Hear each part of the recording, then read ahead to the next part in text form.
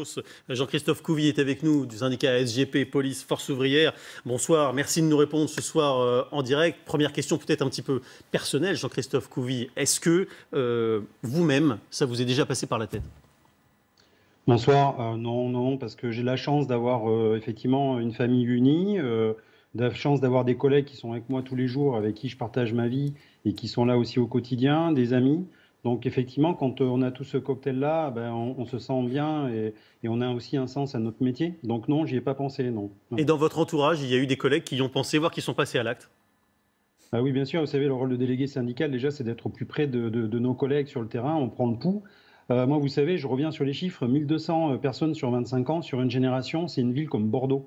C'est-à-dire que, imaginez, on a perdu l'ensemble du commissariat de Bordeaux sur 25 ans avec Mérignac, avec toutes les villes à côté, on a perdu la totalité de ces policiers-là. On a un gros souci, en fait, si vous voulez, c'est qu'on a envie, quand on rentre dans la police, d'être utile à la société. Et là, on se pose une question sur le sens de notre métier, à savoir qu'on a l'impression de, vous savez, de vider la mer avec une petite cuillère. On a l'impression que les victimes, on n'arrive pas à les aider. On a cette impression qu'on regarde en ce moment les féminicides, qu'on a le millefeuille de procédures qui s'allonge et qu'on arrive à fur et à mesure, on essaie de vider une procédure, il y en a 3 ou 4 de plus qui arrivent et en fait on se fait dépasser, c'est comme un raz-de-marée et c'est normal que nos collègues estiment qu'ils arrivent en burn-out, vous voyez. On n'arrive plus en fait à supporter cette vague. Est-ce que ce problème est davantage pris en considération quand même depuis quelques années avec davantage de psychologues et davantage de moyens qui sont mis à la disposition de vos collègues? Alors effectivement, l'administration essaie de réagir. Bon, elle fait des plateformes, on embauche des psychologues. Après, c'est compliqué, vous savez, pour des policiers. Enfin, un métier de terrain, c'est des fois compliqué d'avouer qu'on a une faiblesse et qu'on peut aller voir un psychologue parce qu'on attend tellement de nous. Vous savez, quand on met notre tenue bleue, on a l'impression un petit peu des fois de mettre une petite tenue de super-héros, qu'on est protégé et qu'on n'a pas de failles. En fait, non, on a des failles comme les autres. Sauf qu'on a un métier, si vous voulez, où on est côtoyé avec toutes les horreurs de la société tous les jours. Et quand vous sortez de votre boulot, on n'a pas de sas de décompression. On a perdu ce côté humain, on pouvait discuter avec les collègues, avoir un peu de temps pour nous, faire des retours d'expérience, vous voyez, boire le verre de l'amitié et rentrer chez nous. Donc là, quand on rentre brut de pomme, on arrive dans nos familles, on prend vite la douche, il faut qu'on soit un papa ou une maman exemplaire, qu'on fasse le repas de nos enfants, qu'on lise l'histoire de Choupi avant de dormir, avec toutes ces images qu'on a dans la tête de violence, de souffrance. Et c'est terrible pour certaines personnes qui n'arrivent pas à gérer tout ça.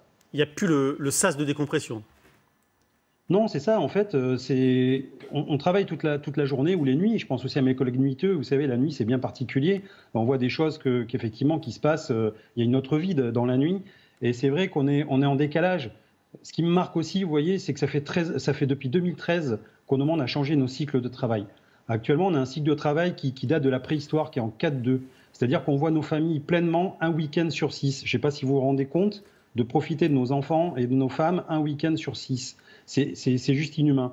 Donc ça fait depuis 2013 qu'on a proposé à l'administration de changer les cycles de travail, où on peut avoir un travail avec le même nombre de fonctionnaires, on peut avoir un week-end sur 2 de repos et un mercredi sur 2 pour passer du temps avec nos familles. C'est tout ce qu'on veut. Et déjà, vous savez, quand on est bien dans notre tête, on est bien dans notre métier, ben on est bien dans notre vie. Frédéric Descroze. Darmanin lui-même, qui vient de publier ces chiffres dans une note qu'il a envoyée au préfet, et il demande rapidement des solutions. Est-ce que Jean-Christophe Couvi, cette note, ce message de votre ministre du tutelle, il prouve dans votre esprit qu'il a conscience des problèmes que vous traversez sur les agressions dont vous êtes les victimes?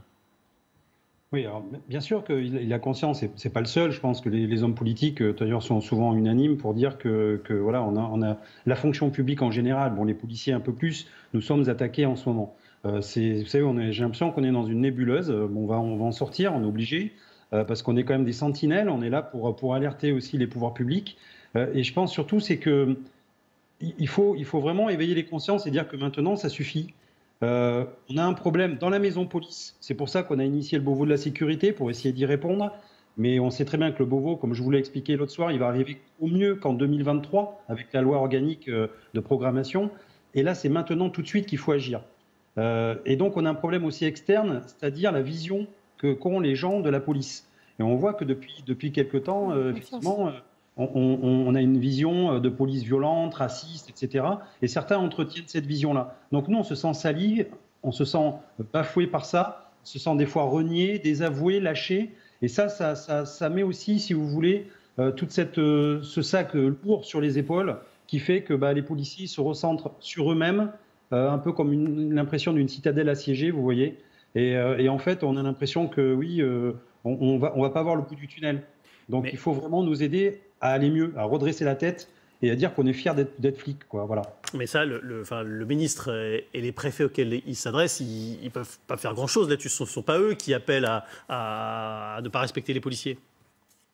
Non, mais je suis d'accord, mais c'est en fait, si vous voulez, c'est psychologique. C'est-à-dire qu'on l'a réclamé. Ça passe par la réponse pénale, ça passe par le travail en amont de la pédagogie sur les enfants, ça passe par l'éducation. La violence, ça vient aussi de l'éducation. Et tout, si vous voulez, c'est pas que la réponse policière, encore une fois, ou de la justice. C'est toute la société qui, à un moment donné, doit dire vers quoi on veut tendre. Et donc, on veut tendre vers un monde meilleur. Et donc, il faut que tout le monde s'y mette. Et le policier, il est juste là pour faire le lien avec les citoyens et garantir les libertés des uns des autres, c'est tout.